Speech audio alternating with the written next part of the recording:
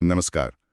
आज हम हैदराबाद के पठान चिरू से सामने आए एक काफी पेचीदा मामले पर बात कर रहे हैं। जी। हमारे पास जो जानकारी है, कुछ नोट्स हैं। एक से ये कहानी एक ऐसे रहस्य की है जो पहली नजर में तो आत्महत्या लगी थी, लेकिन एक छोटी सी चीज, एक फोटो फ्रेम, उसने पूरी कहानी का रुख ही मोड़ दिया। बिल्कुल। ये मामला है अभिलाष नाम के एक युवा इंजीनियर का। मैकेनिकल इंजीनियरिंग की थी उसने, फिर सॉफ्टवेयर में जॉब के लिए हैदराबाद आया था। अच्छा। इसमें उसकी एक दोस्त थी सौंदर्या, उसने मदद भी की थी नौकरी दिलाने में। तो हुआ ये कि अपने जन्मदिन की पार्टी के अगले दिन वो अपने घर में मृत पाया गया। ओह। तो शुरुआती जांच में लगा कि शायद सुसाइड है। वजह, उसके दोस्त संदीप ने बताया कि अभिलाष पर करीब 30 लाख का कर्ज था। 30 लाख काफी ज्यादा है। हाँ, और संदीप के मुताबिक ये जुए की वजह से था। तो पुलिस को लगा शायद यही वजह है।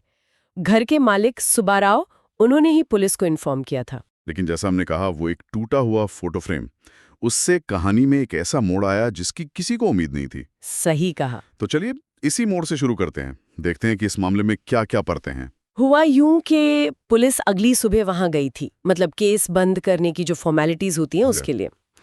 और वहां इत्तेफाक से एक कांस्टेबल का हाथ लगा दीवार पर टंगे फोटो फ्रेम को। हाँ। और वो नीचे गिरा, टूट गया। अरे, और उसके अंदर से निकला एक स्पाई कैमरा। क्या बात है। मतलब एक छोटी सी गलती या कह ले हादसा और पूरा केस ही पलट गया। बिल्कुल। कभी कभी जांच में किस्मत ऐसी ही काम करती है ना। उस कैमरे की फुटेज ने तो सुसाइड वाली थ्योरी को पूरी तरह से ही खारिज कर दिया। फुटेज में क्या था? फुटेज में अभिलाष था, उसका मैनेजर था और एक लड़की थी। बाद में पता चला कि वो लड़की सौंदर्या ही थी। वही दोस्त जिसने जॉब में मदद की थी। जी हाँ, वही। और सुनने में आया है कि अभिलाष उसे पसंद भी करता था। तो ये तीनों फुटेज में थे। सिर्फ थे या कुछ हो रहा था? नहीं नहीं, सिर्फ मौजूदगी नहीं। फुटेज में मैनेजर और अभिलाष के बीच काफी गर्मा गर्म बहस, हाथापाई हो रही थी। अच्छा, हाथापाई तक? हाँ, वो एक दूसरे पर हाथ उठा रहे थे। लेकिन फिर जो हुआ वो ज्यादा चौंकाने वाला था। क्या हुआ? फुटेज में दिखता है कि सौंदर्या अभिलाष को धक्का देती है, जोर से। सुंदरिया? हाँ, और धक्का लगने से अभिलाष का संतुलन बिगड़ता है, उसका सिर पास में रखी टेबल के कोने से टकराता है और उसकी वहीं मौके पर ही मौत हो जाती है। Oh my God. और ठीक उसी वक्त बिजली चली गई, बाहर तेज बारिश हो रही थी, शायद उसी वजह से पावर कट हुआ। कैमरा रिकॉर्डिंग बंद, मतलब कहानी के सबसे अहम मोड़ पर अंधेरा। ये तो बहुत ही नाटकीय है ना? बिल्कुल फिल्मी सा। लेकिन इस कैमरे से और क्या पता चला? फोरेंसिक जांच हुई होगी इसकी? हाँ बिल्कुल। फॉरेंसिक जांच में 2 अहम बातें सामने आईं। पहली कि ये कैमरा वहां करीब 1 हफ्ते से लगा हुआ था। 1 हफ्ते से? हाँ, मतलब ये उस रात के लिए नहीं लगाया गया था, लगता तो यही है। और दूसरी बात जो ज्यादा हैरान करने वाली थी, उस कैमरे पर फिंगरप्रिंट्स मिले। किसके? अभिलाष के दोस्त संदीप के। संदीप, वही जिसने कर्ज वाली कहानी बताई थी? जी हाँ, वही संदीप। लेकिन संदीप का तो कहना था कि वो पार्टी से रात 11:15 बजे, मतलब 11:45 PM पर ही घर चला गया था। हाँ, उसने यही बताया। जबकि मौत का अंदाजन समय तो देर रात करीब 1 बजे का है। सही कहा। और उसके घर के पास की CCTV फुटेज भी तो यही दिखा रही थी कि वो घर पर था। तो ये कैसे हो सकता है? उसके फिंगरप्रिंट्स कैमरे पर कैसे? यही तो इस केस की सबसे बड़ी पहेली है। हमारे जो स्रोत हैं उनमें भी इस बात का जिक्र है। अगर संदीप उस वक्त वहां था ही नहीं तो फिंगरप्रिंट्स कैसे आए? क्या उसने कैमरा पहले लगाया था किसी और वजह से, या कोई और बात है जो अभी सामने नहीं आई है?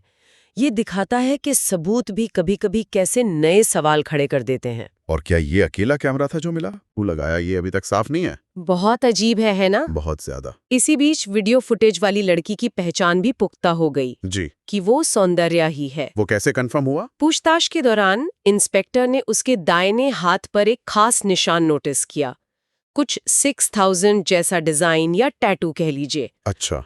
और ये वही निशान था जो फुटेज में धक्का देने वाली लड़की के हाथ पर दिखा था। ओह, तो पहचान पक्की हो गई। जी। तो इतने सारे मोड़ आ गए इस केस में। अब हमारे स्रोत कई अनसुलझे सवाल उठा रहे हैं जिन पर शायद पुलिस अभी भी काम कर रही होगी। बिल्कुल। जैसे कि मैनेजर अभिलाष के घर क्यों आया था पार्टी के बाद? हाँ, और उनके बीच झगड़ा किस बात को लेकर हुआ? इतनी हाथापाई क्यों हुई? फिर सौंदर्या, वो वहां क्यों थी? पार्टी खत्म होने के काफी देर बाद वो वापस क्यों आई? और सबसे बड़ा सवाल, उसने अभिलाष को धक्का क्यों मारा? क्या वो जानबूझकर मारने का इरादा था या गुस्से में बस हो गया? जी, और संदीप के फिंगरप्रिंट्स का राज वो कैमरे पर कैसे आए? और वो बाथरूम वाला दूसरा कैमरा, वो किसका था? किसने लगाया? क्यों? तो ये साफ है कि ये मामला जैसा शुरू में लगा था वैसा बिल्कुल नहीं है। बहुत ज्यादा उलझा हुआ है। कई किरदार हैं, अभिलाष, मैनेजर, सौंदर्या, संदीप, और सबके अपने अपने राज हो सकते हैं। और इन स्पाई कैमरों ने तो मामले को सुलझाने के बजाय जैसे और गहरा कर दिया है। सही कहा। सूत्रों के मुताबिक जांच तो अभी चल ही रही है। बिल्कुल। और ये हमें सोचने पर भी मजबूर करता है, क्या ये कैमरे सिर्फ उस रात की घटना को रिकॉर्ड करने के लिए लगाए गए थे, या फिर ये किसी बड़ी पहले से चल रही किसी निगरानी या किसी साजिश का हिस्सा थे, जिसके बारे में हमें अभी कुछ पता ही नहीं है। ये सवाल वाकई सोचने वाला है। शायद जांच पूरी होने पर ही इन सब सवालों के जवाब मिल पाए।